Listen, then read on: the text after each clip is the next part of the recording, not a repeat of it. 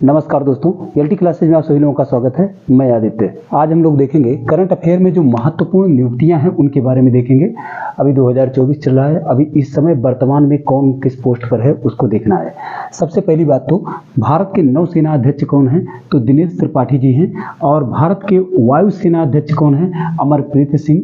अगर थल सेना अध्यक्ष का नाम पूछा जाए तो उपेंद्र द्विवेदी जी हैं। चीफ ऑफ डिफेंस स्टाफ या फिर आप सीडीएस कह सकते हैं, तो इंडिया के सीडीएस कौन है, अनिल चौहान, ये दूसरे नंबर के हैं। पहले वाले जो थे वो बिपिन सिंह रावत जी थे।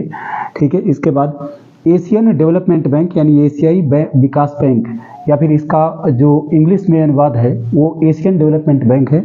इसे शॉर्ट फॉर्म में एडीबी भी कहा जाता है। इसका 11वां अध्यक्ष किसे चुना गया है, तो मसातो कांडा को चुना गया है, जो कि जापान के प्रधानमंत्री के सलाहकार हैं। यहाँ ये बात भी ध्यान रखना है दोस्त कि ये अपना पदभार ग्रहण करेंगे, ये 24 फरवरी 2025 को ग्रहण करेंगे, वहाँ से इनका कार्यकाल शुरू होगा।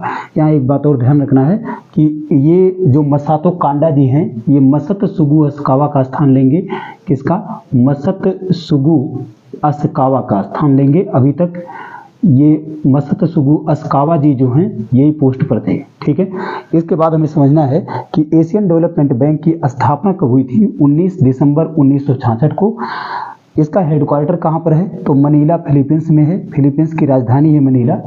और इसके बाद सदस्य देश इसके कितने हैं, तो कुल 69 सदस्य देश हैं, और 69वां जो है वो इजराइल है। तो इसके बाद हमें एक बात को समझना है कि रिजर्व बैंक ऑफ इंडिया यानी आरबीआई का जो 26वां गवर्नर बनाया गया है वो किसको बनाया गया है, तो संजय मल्होत्रा जी को बनाया गया है। और संजय मल्होत्रा जी ने शक्तिकांत दास जी का स्थान लिया है।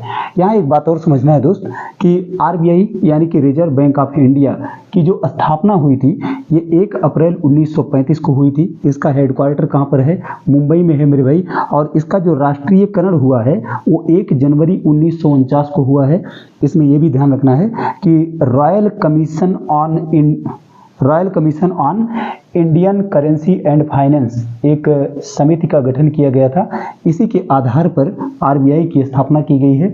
इसी की सिफारिशों के आधार पर इसकी स्थापना की गई है। यहाँ ये बात को ध्यान रखना है कि ये जो royal commission on Indian currency and finance है, इसी को हिल्टन यंग कमीशन भी कहा जाता है। इसकी ये जो कमीशन बनाया गया था ये 1926 ईस्वी में बनाया गया था। यहाँ ये भी ध्यान रखना है दोस्त कि इसकी जो स्थापना की गई थी, इसी कमीशन की सिफारिश पर भारतीय रिजर्व बैंक अधिनियम 1934 के तहत इसकी स्थापना की गई है। ठीक है, तो इसके बाद ये भी समझना है कि इसका लोगो क्या है मेरे भाई, तो इसका लोगो है ताड़ का पेड़ और बाघ। यहाँ एक बात और ध्यान रखना है कि इसके अलावा आरबीआई के अलावा आपसे पूछा जाए स्टेट बैंक ऑफ इंडिया यानी एसबीआई, या आपसे पूछा जाए आईसीआईसीआई, या फिर आपसे पूछा जाए एलआईसी, ये, या फिर पूछा जाए सेबी, इन सब का मुख्यालय कहाँ पर है, तो इन सब का मुख्यालय मेरे भाई मुंबई में है। भारत के नए नियंत्रक एवं महालेखा परीक्षक जो बनाए गए हैं के संजय मूर्ति जी को बनाया गया है। इन्होंने गिरीश चंद्र मुर्मू का स्थान लिया है। और इसके बाद समझना है कि अनुच्छेद 148 के तहत कैग की नियुक्ति की जाती है, और कैग की नियुक्ति राष्ट्रपति के द्वारा की जाती है।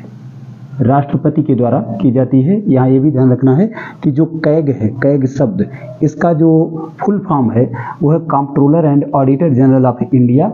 यहाँ ये भी ध्यान रखना है कि अनुच्छेद 148 से लेकर के अनुच्छेद 151 के बीच में कैग के बारे में कहा गया है, 148 से लेकर के 151 तक।